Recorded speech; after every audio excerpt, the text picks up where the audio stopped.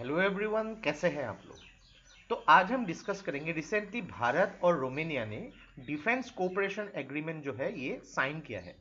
तो ये defence cooperation agreement actually में है क्या, इसकी मेन सिग्निफिकेंस। जब भी देखिए ऐसे कुछ एग्रीमेंट आपको मिले न्यूज़ में, तो उसके सिग्निफिकेंस को हमेशा जो है स्टडी करने की कोशिश कीजिए कि इसकी बहुत ही इम्पोर्टेंट और लॉन्ग टर्म सिग्निफिकेंस होती है यहाँ पे। और उसके अलावा भारत और रोमेनिया के बीच में जो भी बायलैटरल टाइज या फिर अलग अलग जो दोनों ही देशों ने कुछ ट्रेड इन्वेस्टमेंट हो गया है यहाँ पे, अलग अलग जगहों पे अलग अलग सेक्टर्स पे इन्वेस्टमेंट की है, उसको भी यहाँ पे डिस्कस करेंगे। तो देखिए, from international relation point of view के हिसाब से बहुत ही इंपॉर्टेंट वीडियो होने वाली है, तो इस वीडियो को एंड तक बिल्कुल देखते रहिएगा। और इससे पहले अगर आप लोगों ने हमारे चैनल को अब तक सब्सक्राइब नहीं किया है तो इसको प्लीज सब्सक्राइब कर लीजिए, ताकि आने वाले ऐसे ही वीडियोस के नोटिफिकेशन इसी तरह आपको मिलते रहे। तो चलिए आज का वीडियो शुरू करते हैं। तो रिसेंटली इंडिया और रोमेनिया ने डिफेंस कोऑपरेशन एग्रीमेंट जो है यहाँ पे साइन किया है। तो मेनली इसका मकसद जो है, दोनों ही देश के बीच में मिलिट्री कोऑपरेशन को पहले सेटअप करना और उसको एक्सपांड करना।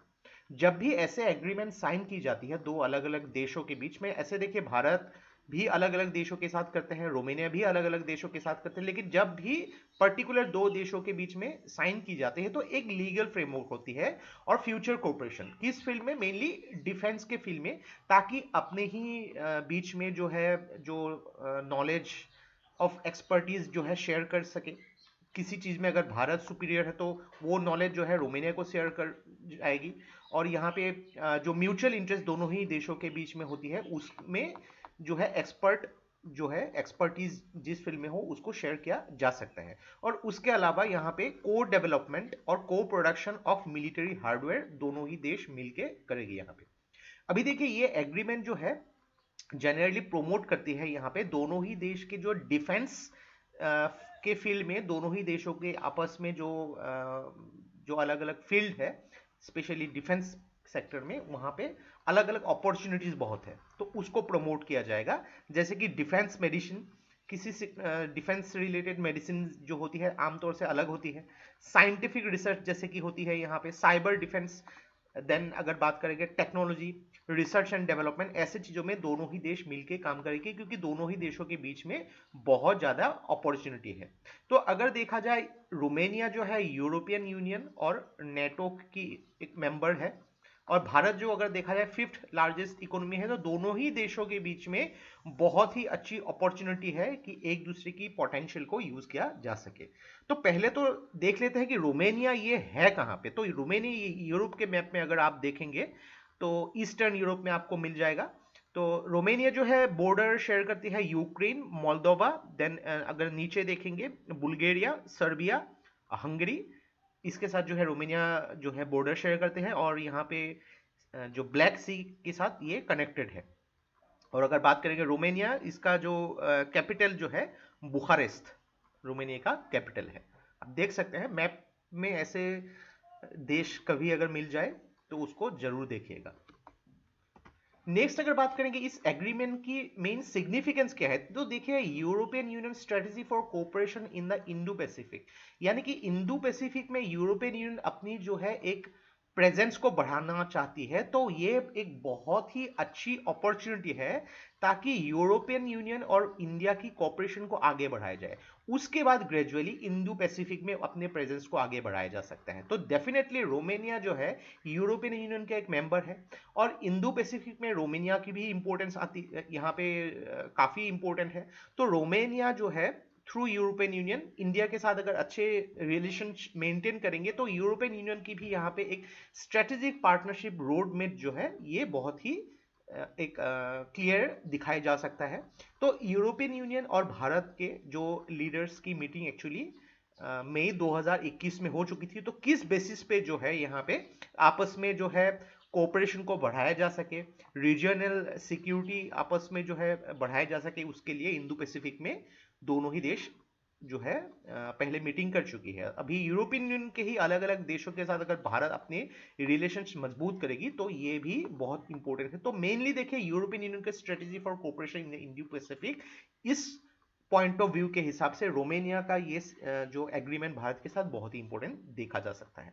तो अलग अलग अगर देखा जाए इंडो पैसिफिक जो अलग अलग पार्टनर्स है, उनमें जो भी ग्लोबल चैलेंजेस है, चाइना से रिलेटेड इशू हो गई यहाँ पे, मैरीटाइम इशू हो गई, या फिर रूल बेस्ड इंटरनेशनल ऑर्डर जो हो गई उसमें, या फिर बायलैटरल या फिर मल्टीलैटरल अगर लेवल पे कुछ बात करनी हो, तो ऐसे रिलेशंस बहुत ही हेल्प करती है।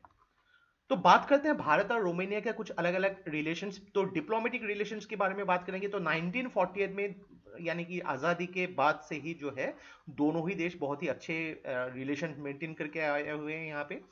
तो 2018 में दोनों ही देशों ने अपने 70 इयर्स ऑफ डिप्लोमेटिक रिलेशंस को भी सेलिब्रेट किया था। देन 1989 में रोमानिया ने जो है अपनी कम्युनिस्ट गवर्नमेंट को जब छोड़ दिया था, तो आगे बढ़ी थी वहाँ पे। तो दोनों ही देशों ने एक दूसरे के साथ जो है ट्रेड और इन्वेस्टमेंट बढ़ा दिया। उससे पहले कम होती थी, लेकिन 1989 के बाद ग्रेजुअली ये बढ़ गई। और मल्टीलेटरल लेवल में अगर देखा जाए, भारत और रोमानिया जो है एक दूसरे को सपोर्ट करते हैं, स्पेशली यूनाइटेड नेशंस में। तो ऐसे जो रिलेशंस बहुत ही इंपॉर्टेंट होते हैं। नेक्स्ट अगर बात करेंगे ट्रेड और इन्वेस्टमेंट में, रोमानिया ने बहुत सारे सेक्टर में जो है भारत में इन्वेस्टमेंट किया है, जैसे कि पेट्रोलियम हो गया, पेट्रोकेमिकल्स हो गई, पावर हो गई, मेटलर्जी इंडस्ट्रीज में जो है इन्वेस्टमेंट की है। स्पेशली भारत में अगर बात करेंगे आसाम और बिहार में जो ऑयल रिफाइनरी प्रोजेक्ट्स में भी रोमानिया ने काफ़ी इन्वेस्टमेंट की है।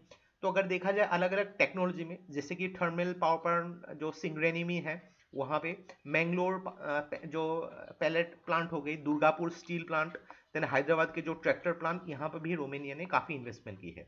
अगर बात करेंगे agreement on trade on economic cooperation, तो वर्ल्ड ट्रेड सेंटर की एक जो कॉन्सेप्ट है मोस्ट फेवर्ड नेशन, यानी कि जो अगर बात करेंगे रोमानिया अगर भारत में कुछ चीज़ें जो है बेचना चाहती है तो बहुत ज़्यादा यहाँ पे टैरिफ नहीं लगाएगी, और भारत की चीज़ें भी रोमानिया नहीं लगेगी। तो दोनों ही देशों ने एक दूसरे के साथ जो है ये मोस्ट फेवर्ड नेशन जो है साइन किया था 1993 में। और बात करेंगे 2013 से दोनों ही देशों ने अपनी जो ट्रेड्स को इंक्रीज किया है। लगभग 600 टू 800 मिलियन जो है ट्रेड हर साल जो है दोनों ही देशों के बीच में होती है, और ऐसा एक्सपेक्टेड है कि 1 बिलियन तक भी जल्दी से जल्दी जो है दोनों ही देश जो है अचीव कर लेगी। नेक्स्ट अगर बात करेंगे ग्रीन एनर्जी, यानी कि जो ऐसी एनर्जी जो क्लाइमेटिक चेंज के हिसाब से अपने आप को अडॉप्ट कर सकती हैं, कुछ बाय प्रोडक्ट्स नहीं होती है। दोनों ही देश बहुत ही एंगेज्ड है ताकि कार्बन ब्लूप्रिंट को जो है उसको कम किया जा सके। यूरोपियन यूनियन के अलग अलग एम्बिशियस टारगेट के हिसाब से रोमानिया भी एंगेज है यहाँ पे। तो भारत और रोमानिया दोनों ही यहाँ पे जो मेनली ग्रीन एनर्जी सेक्टर, जो रिन्यूएबल एनर्जी सेक्टर को उसमें जो है इंपॉर्टेंट रोल प्ले कर सकते हैं। यहाँ पे कार्बन फुटप्रिंट को जो है दोनों ही देश जो है कम कर सकते हैं। यहाँ पे एक साथ अगर कम करें तो अलग अलग पावर सोर्स जो है सस्टेनेबल पावर सोर्स, उसमें जो है इन्वेस्टमेंट किया जा सकता है, ताकि सोलर एनर्जी अगर बात करेंगे, विंड एनर्जी, ऐसी चीज़ों में दोनों ही देश जो है अपने आप को आगे बढ़ाया जा सकता है यहाँ पे। तो देखिए इंटरनेशनल सोलर अलायंस फिलहाल रोमानिया तो मेंबर नहीं है, 2015 के बाद जो है इसको स्टार्ट किया गया था ISA। तो बहुत ही जल्दी ऐसा भी सुनने को मिल रहा है कि रोमानिया जो है एक मेंबर बन सकती है इंटरनेशनल सोलर अलायंस का।